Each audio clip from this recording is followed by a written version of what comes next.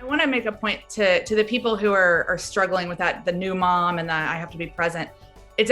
For me, it was the right time to start it because I looked ahead and I thought, man, if I'm working for another clinic with a more rigid schedule, I'm going to miss a lot of things.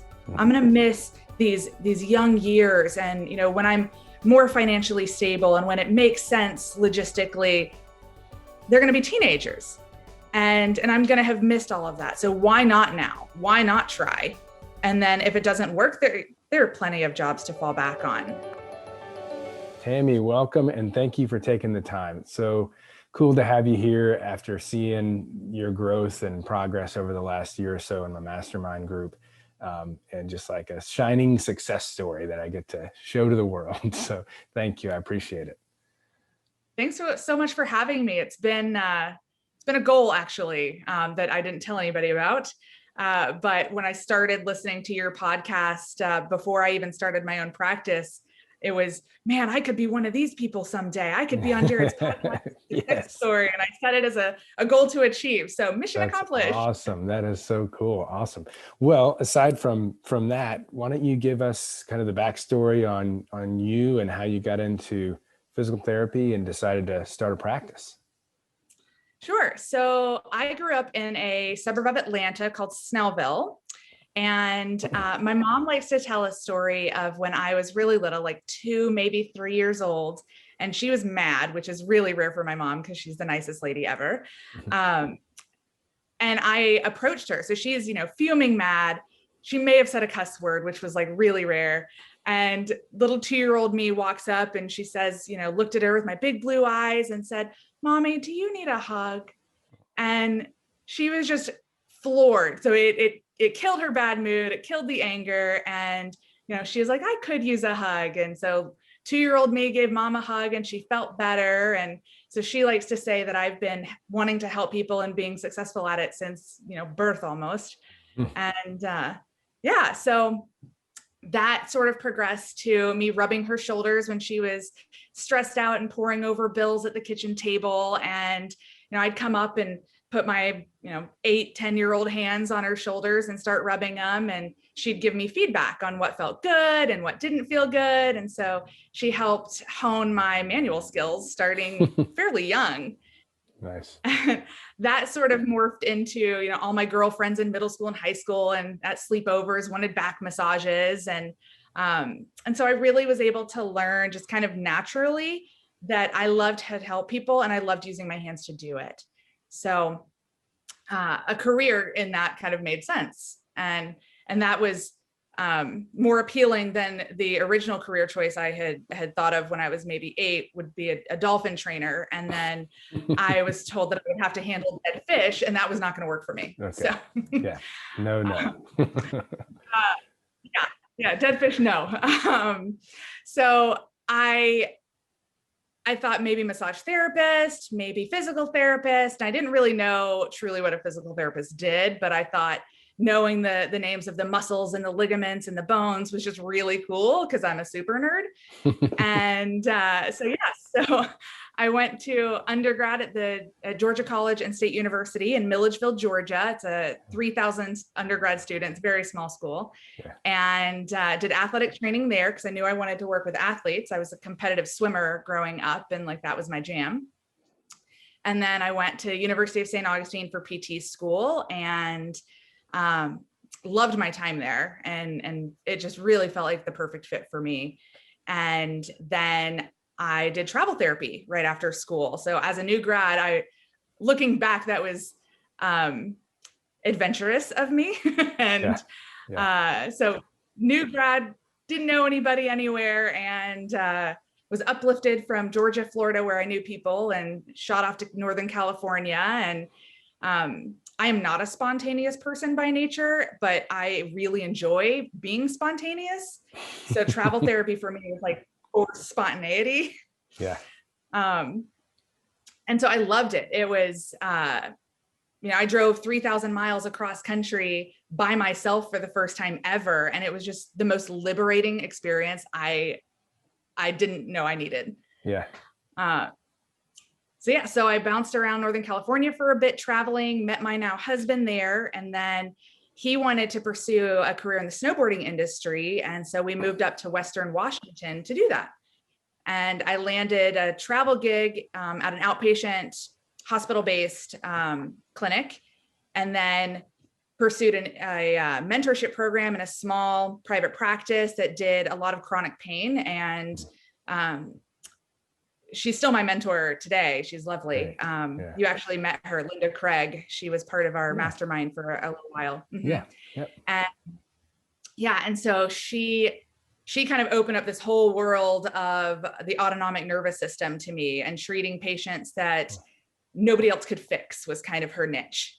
Wow. And it's really, really interesting. And so when I went on maternity leave for my second kiddo, I decided that working two jobs, at the time I was 1 day a week for her, and I was 3 days a week at a physician-owned practice in Olympia, Washington.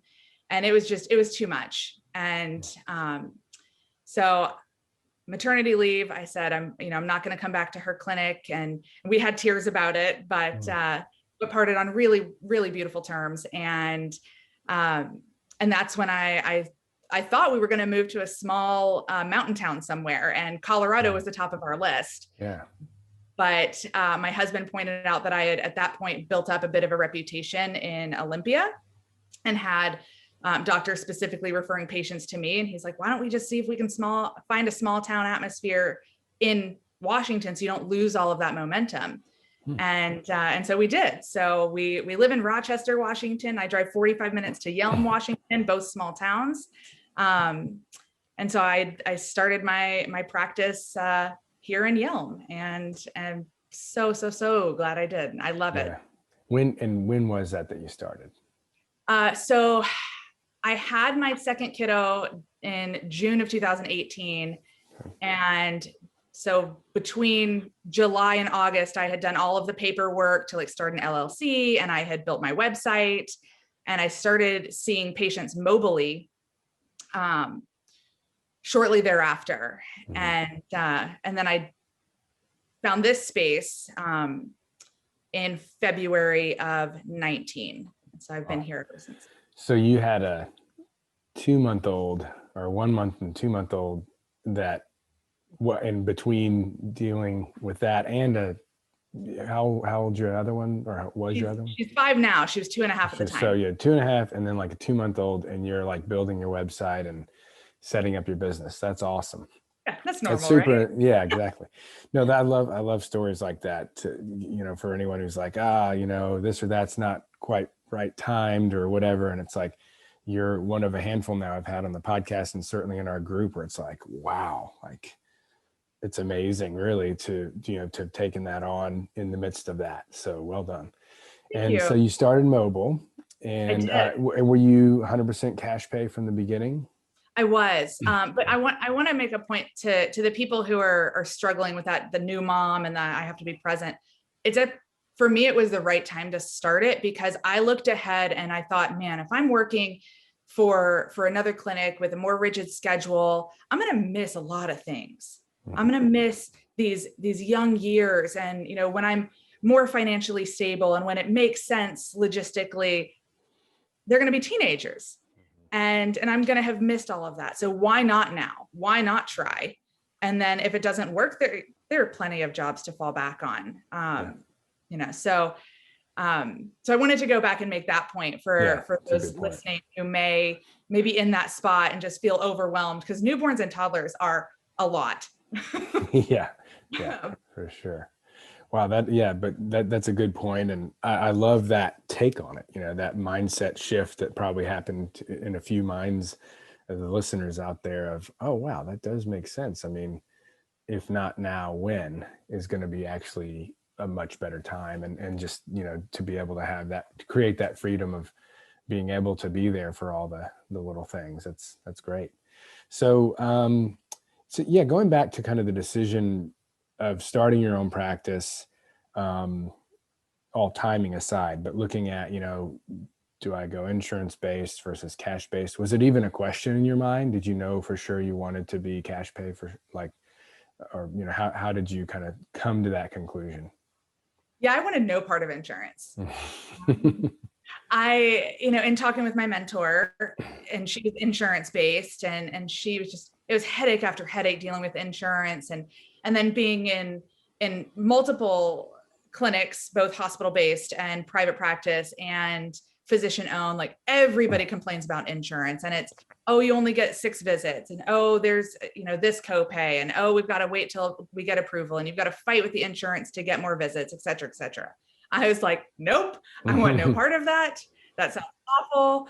Cash pay all the way. I'm like, and I felt like I could do it because I had listened to so many of your podcasts and of Danny Matei's podcast that was practice after practice that they had the same fears I did. Like, will this work? Are people willing to pay for this when they can go down the street and perceive it as cheaper and perceive it as fully covered by their insurance, which we now know is not the truth, but can I make this work in a small town? Yeah. And I was, I had all the fears that everybody else has, the fear of failure, the fear of, well, like that works in big cities. Like, Austin is up and coming and just so, so many people to pull from and so much money being dumped into that community. Mm-hmm. Yelm, Washington is not very big. Yeah. Like there's one grocery store and there's a super Walmart like that. Well, I guess Walmart's half a grocery store here, but 1.5. Yeah, right. 1.5 grocery stores. And everything's like a mom and pop type of place. I'm one of 3 physical therapy clinics. The other 2 are insurance based. One's an ATI, so it's very much a chain, and one's a like local chain. And so that's it. Like, it's not a big place. I was like, man, it's not full of people with tons of money. Am I going to be able to make cash pay work? Because in my head, I thought, man, you must be loaded to be able to afford cash pay practice. Mm-hmm. And then I actually heard one of your podcasts where I felt like you were like hearing my thoughts, and you were like, well, people in small towns say that they don't have a lot of cash flow in the town, so they can't afford it. And you had asked somebody if they found that their demographic were people of certain financial bracket, and they said no. And you said, yeah, me neither. And I was like, oh, really? Mm-hmm. And so it was more about people. I remember this vividly. And you said it's more about people placing value than it is the price tag. It's value on what you're giving and what they're getting. People are concerned with their health. They want to put value into that. They want to pay into that and get what they pay in. They want to get that out. And it has nothing to do with what they make. It has much, much, much more to do with what they perceive as valuable. And that was like, for me, like just I'm glad. mind-blowing light bulb. I was like, holy moly, wow, this could work. So then once you had kind of heard that, and hopefully you just blew some minds out there right now yourself, but once you heard that and you were kind of ready to go, starting out, did you immediately have some folks kind of waiting for you to come off of maternity leave, or was it really a start from scratch scenario? Where did you land in that realm? It was a little bit of both. So I started mobile, and at the time I had a non-compete clause, and so I couldn't treat patients within 10 miles of the physician-owned practice I was working at. Mm-hmm. And so I couldn't do anything in Olympia. And so I was like, well, if I'm offering a different service, does that count? And I consulted a lawyer, and he said, well, if it's physical therapy is physical therapy is physical therapy. And I was like, but it's not. But legally, I couldn't do physical therapy as far as like clinic based. But he said my lawyer said it was a pretty gray area as far as mobile, because the practice that I was working at didn't provide mobile services. Mm-hmm. And so it's that, is it home health? Is it outpatient therapy? So there was this gray area. So I considered that a like caution light to proceed cautiously. And I didn't advertise, with my current patients at that clinic. I didn't say like, hey, I could treat you at home on the side. Yeah. I didn't go there because I didn't want to make waves. And so I treated people in my neighborhood, just a couple of those. And I treated a colleague of mine, like at her home. And so that was like bits and pieces while I sort of figured out what I wanted to do. And so then I started searching for a place because I realized that I didn't feel comfortable taking on new patients in a mobile arena because there's a safety issue there. And my husband is like the perfect amount of protective of me, where he's not overprotective, but he's also really cautious. And so he's like, I don't want you going into a stranger's home who you don't know if you're treating a female patient or a male patient, it doesn't really matter. You don't know who else is in the house. You don't know what's in their basement, et cetera, et cetera. Yeah. So he started painting this like kind of scary picture for me. And which logically we know is like the rare instance, but like scary stuff does happen. And so then I couldn't not think that or hear it. And I started thinking, well, I would like a space to at least have a first visit. And it needed to be 10 miles outside of Olympia. So I'm looking at all of the gyms because I knew I wanted gym-based because I wanted to work with that population. So I knew I wanted gym-based. So I researched, web-based researched all of the gyms outside of the Olympia area in all these small towns. And I landed on CrossFit Yelm, and it's female owned, which I kind of just like it's less intimidating to me to approach a female than it is like a big beefy dude, personally, which maybe isn't fair, but it's the truth of it. And so, but everything she had put on her website was so personable and so thoughtful. And I felt like it was the right place for me. And the very next morning I went into work, and my first patient referenced, my friend Annie Malone, da, da, da, da, da. And I was like, why do I know that name, Annie Malone? And she said, oh, she owns the CrossFit in Yelm. And I was like, you gotta be kidding me. Nice. I was like, it's a sign. Yeah. and she's like, why? And I was like, oh, I was on her website last night. And she's like, why? And I was like, I'm not supposed to say. And so I ended up confiding in her, and I said, I'm considering doing this. And she said, oh, you should definitely do that. Annie would be super into it. Call her, tell her I sent you. And so I did. And that was in October of 18. Yep. Because I'd just come back from maternity leave. And logistically, we didn't meet up until January. And we met for dinner, and she brought her husband, who happened to be a police officer in Olympia. And she said, so what are you looking for? And I said, I don't need a lot. I just need a little bit of space to have a first meeting with patients, because I need to feel them out and make sure I'm not going to become a skin suit. And she like kind of cocked her head. She's like, what is a skin suit? You haven't seen Hannibal Lecter? Right. And so her husband, the police officer, is like, well, a skin suit is when, and she goes into all these details.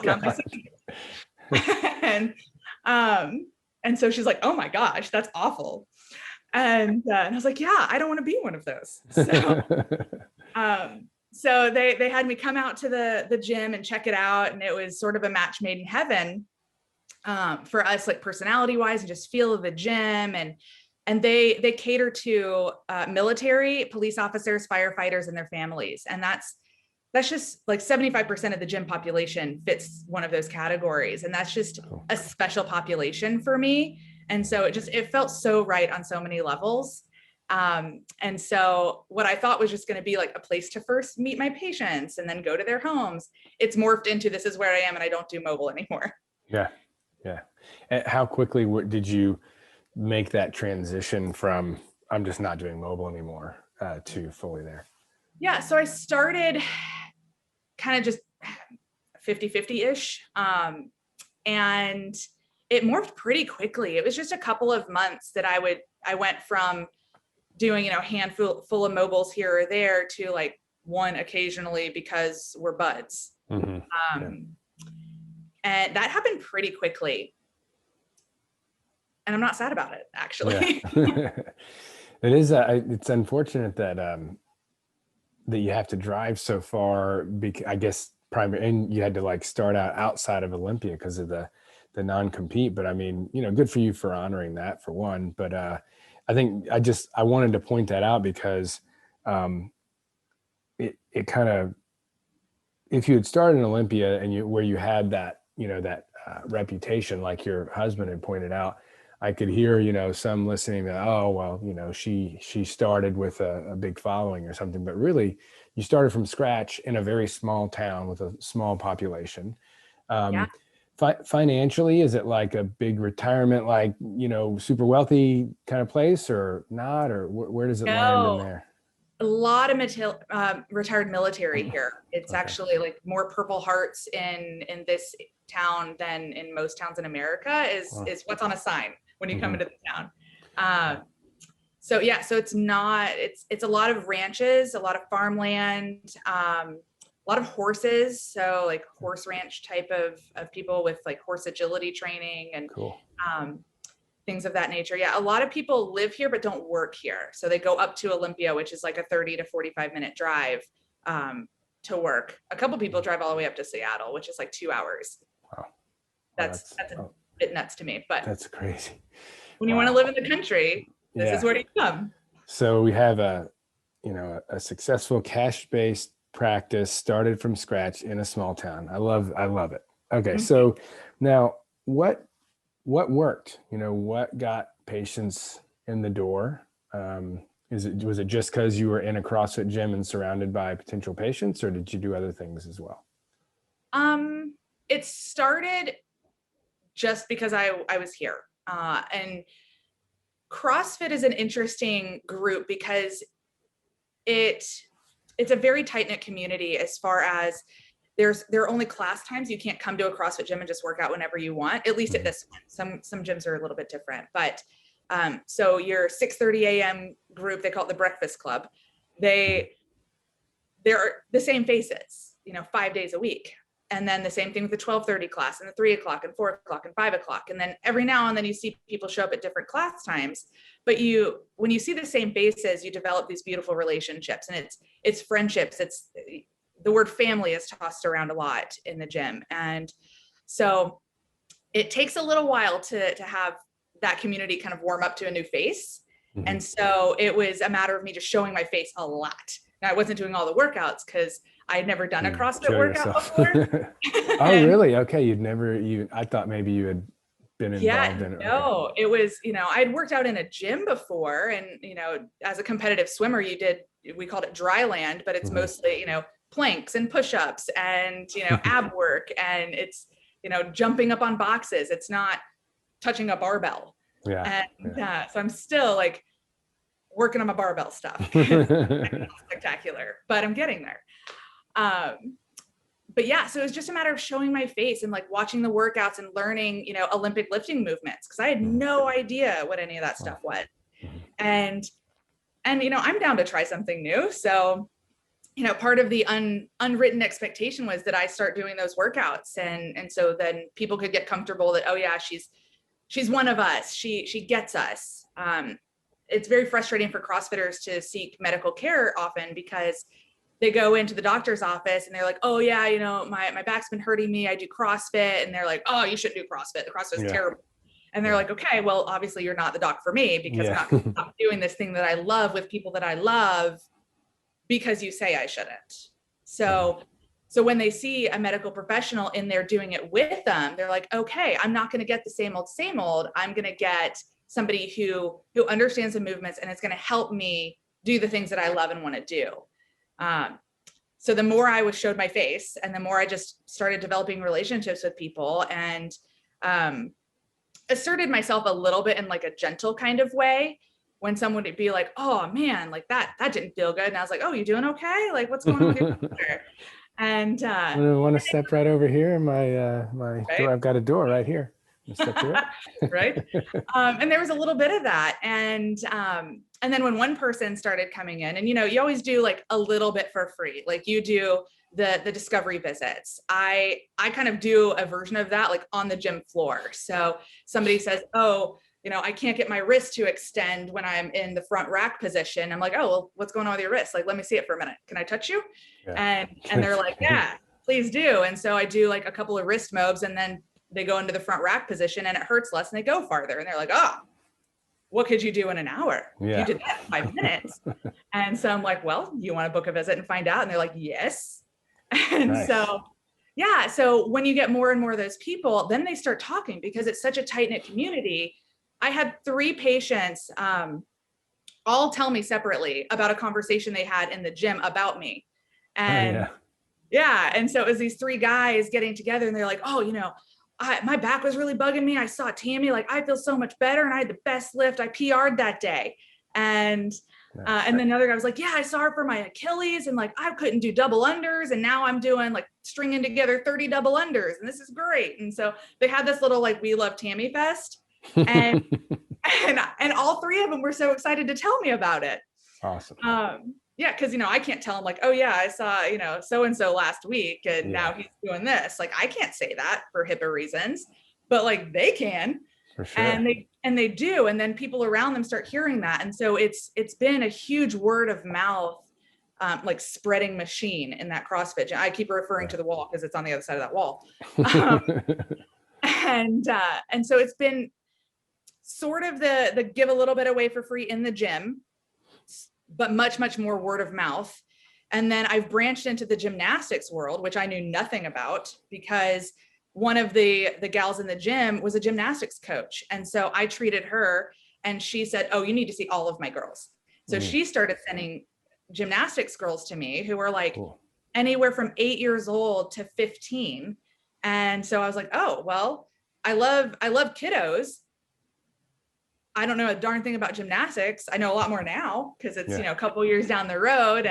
And that has sort of sprung up to another niche for me. So I never thought I'd do CrossFit. And here I am in the CrossFit niche. I never thought I'd do anything with gymnastics. And here I am in the gymnastics niche. And then one of the gals that works out at the CrossFit gym and was a coach, she's a bikini bodybuilder as well. And you can't really do that for CrossFit because you can't like isolate. It's all functional movement type of things. So I asked her where she became a patient. And then I asked her where else she worked out because I know she's not doing it all in here. And so it was an Anytime Fitness down the road. And I asked her if she could do a warm introduction based on your coaching about warm introductions. And so she did. She introduced me to the manager there. And then he became a patient because he was like, oh, my elbows don't straighten. And I was like, can I touch you? And he said, and, awesome. And so I'm getting warm because I'm excited about this. So I got to take the jacket off here. And so I moved his elbow and he got 10 more degrees of elbow extension. And he's like, oh, I'm coming to see you. And he booked a visit. And then he sent me his girlfriend and he sent me his one of his personal trainers who then sent me patients of theirs or clients of theirs who became patients of mine. And so I have, based on word of mouth, based on like just putting myself out there, it's branched into these kind of 3 arenas of contacts and where I'm pulling patients from, but also the word of mouth. So I saw one gentleman in the gym for his hip. Now I've seen his wife, I've seen their son, I've seen his mom and his dad, I've seen the wife's aunt and the wife's cousin. That's awesome. Yeah. So it's, you know, I should send them flowers. Yeah. But there's a lot of that. Like there's a lot of, I see a husband and wife team, or I see, you know, a family member or a friend. And like, that's the greatest compliment you can get is when a patient is so satisfied with your service, they want someone that they love to have that same experience. And I think about that with every patient I see, you know, who might they refer to me? What are they going to say about this visit? Do you do anything to compel the word of mouth, or is it just, they're just doing it for you? Or do you have like, where they're automated, or are you literally asking them in session to tell, you know, loved ones and friends? I'm not as consistent as I should be with that, but I've asked for Google reviews and have gotten some really lovely Google reviews. I can't say that the reviews themselves have generated patients at this point. I did the same thing for Yelp, but Yelp, we know Yelp has its own things. And so they only posted one of them, one out of the like 6 5-star reviews. It looks like I have 1 on Yelp. Yeah. So I'm focused on Google at this point. I have sent out emails requesting reviews. I've sent out emails with like a gentle nudge. It's nothing that's consistent though. I need to do it. It's on my to-do list to re-up that again, because now, several months later, I have new patients who have not gotten those emails and haven't been asked. So, may for the I most make a part, suggestion on that? yes, please do.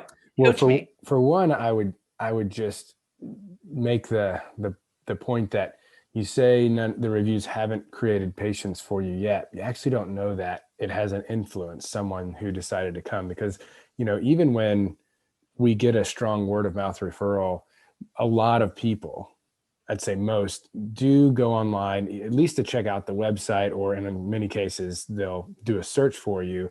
And then what do they see aside from just like the link to your website? They see the Google reviews.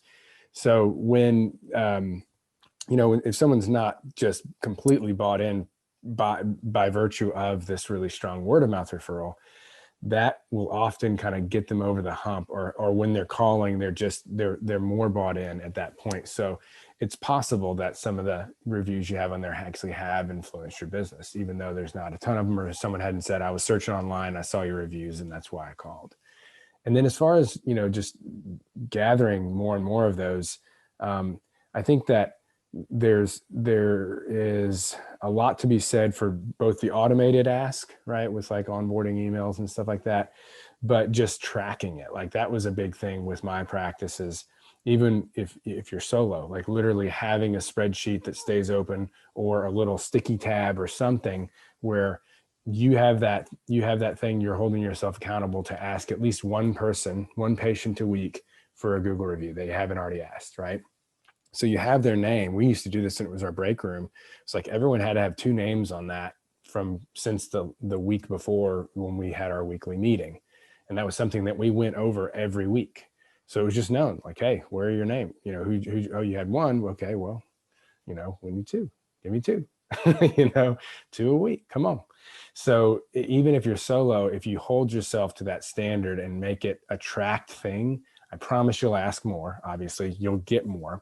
And then also recognizing that everyone's human, and most people are going to say yes, but not everyone follows through, right? And so having it tracked, and it's like, hey, I did ask this person. I know they said yes. They didn't do it yet, right? We're looking. We noticed it's not there. Hey, remember how you mentioned doing that Google review? You mind if I resend that link right after this session? You can knock it out in the car. Although you don't really want them doing it in the clinic, like over and over. If Google reviews, they know the IP address that someone's on, and if there's a bunch of reviews that are happening in the clinic. Because in the beginning, when I was really getting big on this, I was like, actually a few times I'd had them do it on our iPad. It's like, oh, you want to do it? Okay, cool. Here you go. Maybe before you leave, you can do this. And then I caught wind of like, oh, that's actually, Google will ding you and maybe like ban you for that. So, but having the ability to, when they say yes, email them and say, I'm going to email it, but I'm also going to text it in case you want to do it through your phone. So doing both, and then having that follow up. Hey, remember how you mentioned the Google review you do? I'm just going to resend that to you right as you leave. And usually with that kind of 1-2 punch and a couple different, you got it in the email inbox and their text, it's like you'll see a big uptick in those who actually follow through and do it. And you'll obviously be asking more. And then, when we were just talking about this in our coaching call, our group coaching call with the mastermind. It's unbelievable how low hanging of fruit and how influential Google reviews are.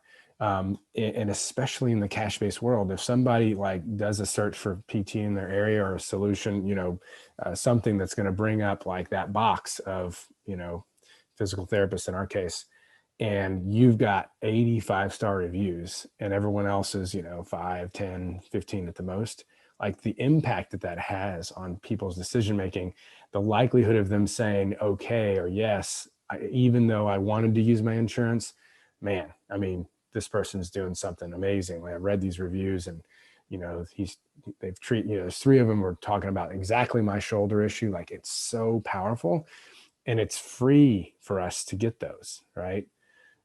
So to not to not have this, and sorry to drone on and kind of take over here, but I want everyone to, who's not doing this and having that follow up in the tracking system, please, unless you live in Austin, please, please do this. Okay. I'll pass the mic back, but, so you got that on your to-do list and you'll be implementing that soon. Yes. I've written it down so that it happens. Yeah, there you go. I saw you taking notes. It's great. So, I mean, anything else that, that we hadn't talked about in terms of word of mouth, Google reviews, those kinds of things that have been a part of what what you've done over the last couple of years? Yeah, I did workshops. So in pre-COVID times, I would set up a workshop of, something that I noticed that CrossFitters in particular are struggling with. So thoracic extension is one of those things. So we get a lot of shoulder injuries, we get a lot of low back injuries. And I pitched it as, if your thoracic spine doesn't move, your shoulders have to do more and your back has to do more. So weird, they get injured. So let's do something about that connective piece in the middle. And I had a handful of people show up to that. And in the beginning, I charged for it. In the future, I think I'm going to do free workshops to get more people to show up. I didn't charge an exponential amount. It was like $20-$30, but the free tag tends to get more people. So when we're allowed to gather and it's safe to do so, that's my game plan. But from those workshops, I got a patient or two every single time. Okay. Half the workshop was filled by patients I already had, and they were like, oh, I know she knows some things, so I'm going to go to this workshop. But the people who weren't my patients, then I don't think there was a single one who actually didn't eventually become a patient. Wow. Yeah. That's great. Yeah. Very good. So workshops, word of mouth. Had you tried anything that you felt like really didn't pay off, or you wish you would have not spent time on?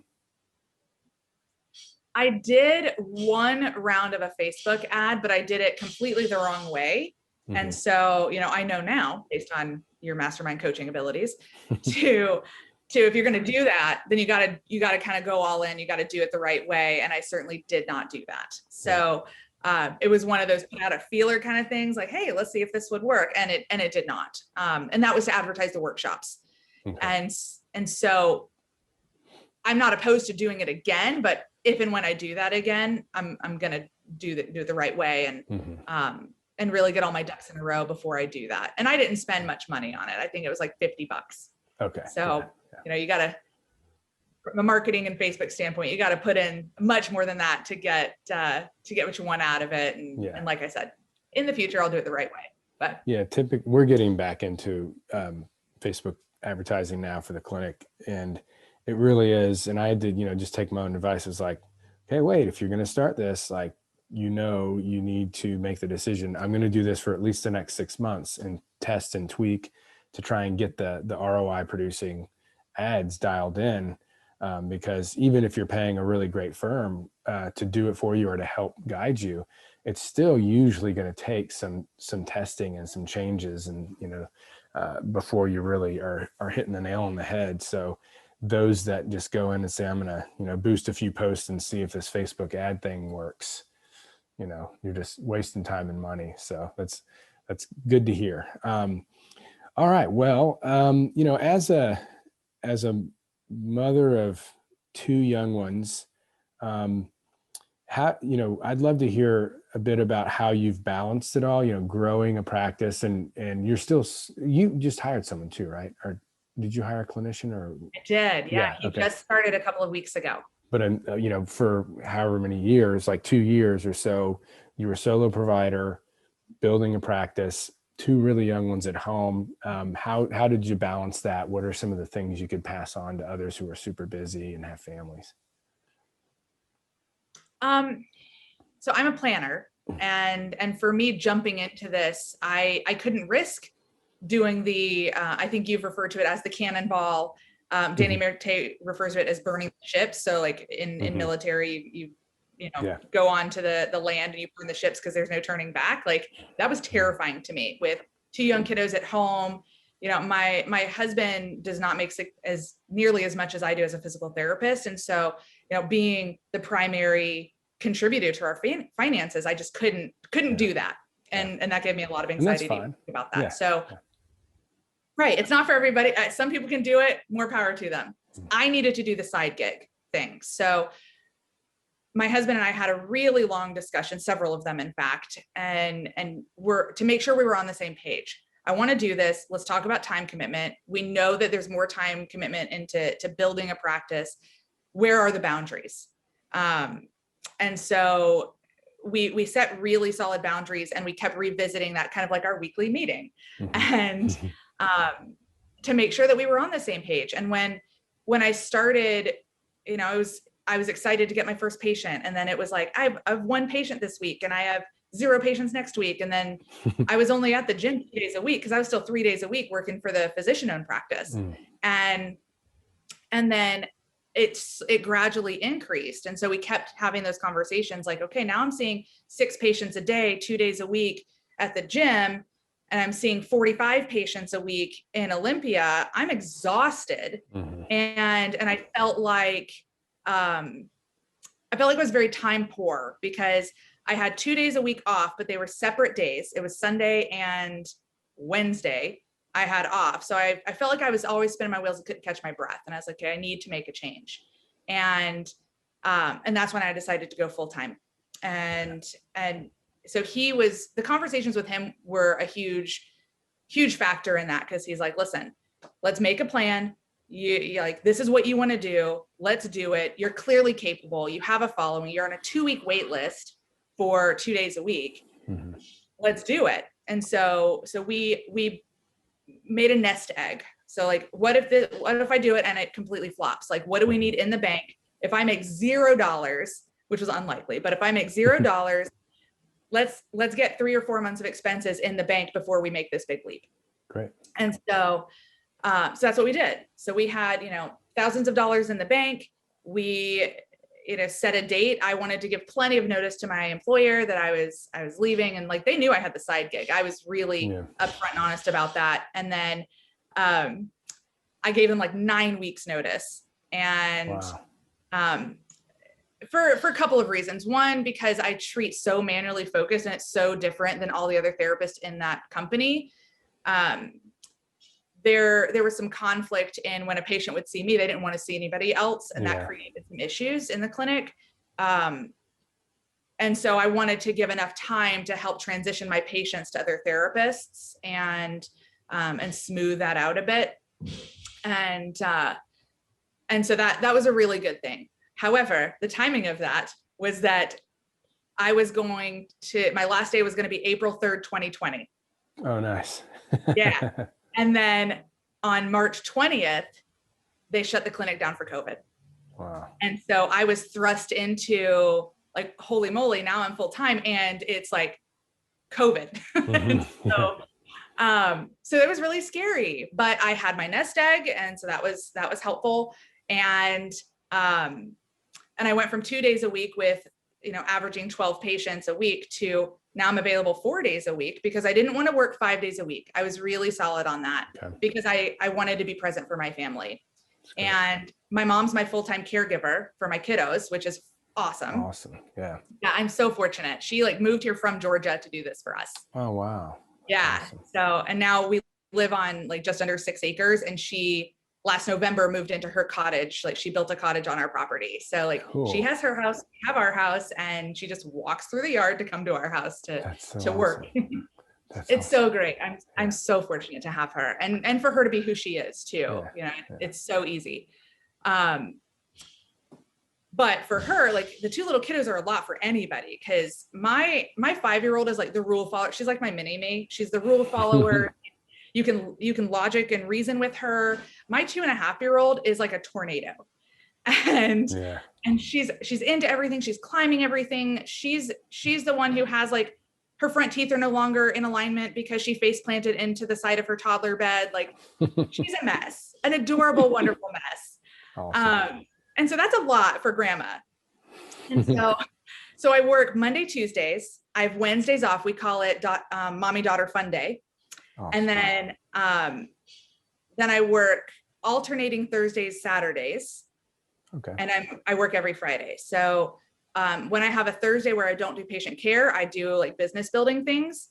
And when I have the extra Saturday off, so I work the Thursday, I have the Saturday off, then it's an extra family day. And that's made all the difference in the world for that balance. Mhm. Very good. Well, I know we're coming up on a patient that you have, and I've got a platinum coaching call. So I guess if there's anything as far as, parting wisdom, from your experience, because, obviously then being thrust into full-time right as COVID hits and still doing really well through that. Is there anything else that maybe kind of you could pass along that helped to get you through that, that tough time, or just things that you've learned, throughout the last couple of years? Yeah. So start small. I used to think that if you were going to start a physical therapy practice, you had to have the bikes, the weight machines, this big facility for room to move and run. And, I'm fortunate I have the CrossFit gym on the other side of this wall, and I have free access to all of that equipment. I rarely use it for patient care. It's not that I do some, but for the most part, you need a table. For me in the beginning, it was a massage, like a 17-pound foldable massage table that fit in my trunk of my Honda Civic. And I bought a set of cups and massage cups and some towels and some pillowcases and some pillows, and Cavicide to wipe the table down. That's it. And that's how I started. And then as I could afford more, I bought curtains. I bought a high-low table. I bought a rug. The next purchase is a couch.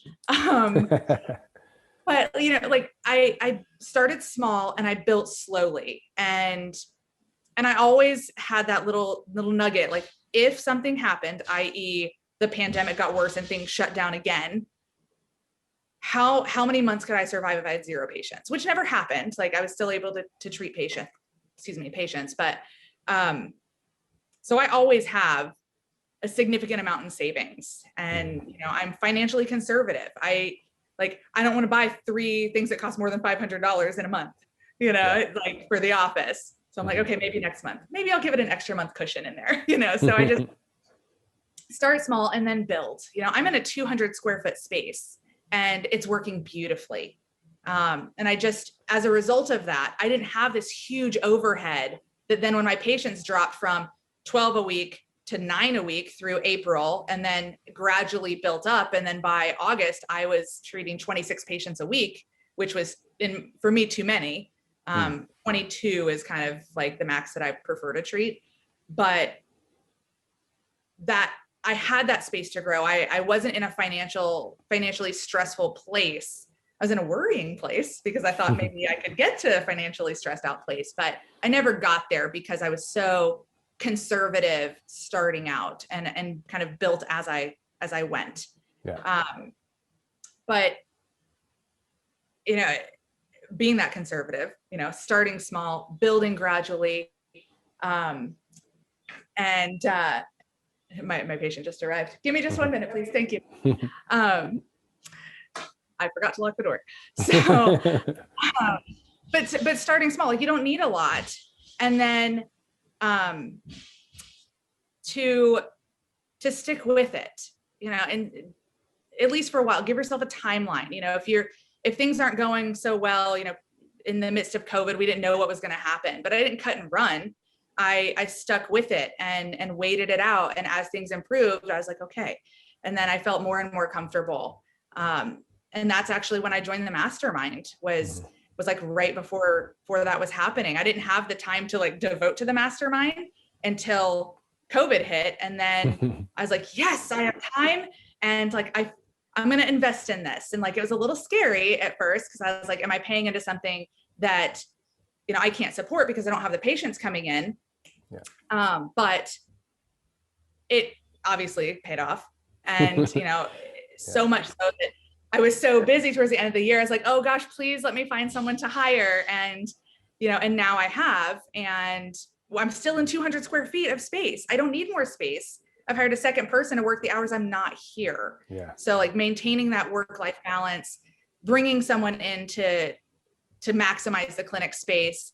And then when that happens, then I'll look at getting a bigger space or recreating this at another location. But I think the key is starting small and growing naturally.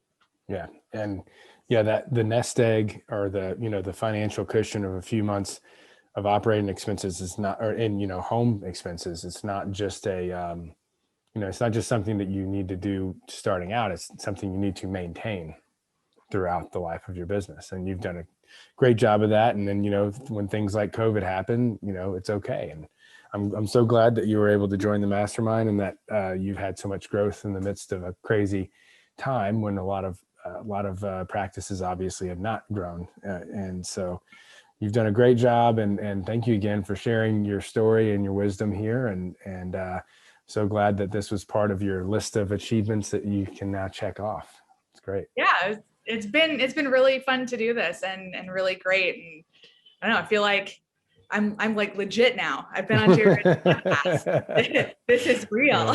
Yeah, now it's all happening. All right, well, you go take care of that patient, and thank you again. And we'll see you in the mastermind call. Sounds great. Have a great rest of your day. You too. Thanks for listening to this episode of the Cash-Based Practice Podcast. If you liked what you heard here today, we have some extremely important things we want to send you. First, a quick start guide to cash-based physical therapy and Medicare. This free ebook will provide the primary rules and regulations surrounding this confusing but important topic. Secondly, we want to share with you the 5 characteristics common to all successful cash-based practices. Find out the vital things Jared has learned from years of interviewing cash practice owners and running his own successful cash practice. As one of our listeners, we want to give you all this information absolutely free. You can get it right now by going to drjaredcarter.com/success. Again, that's drjaredcarter.com/success. Go there now to get your copies, and we'll see you next time.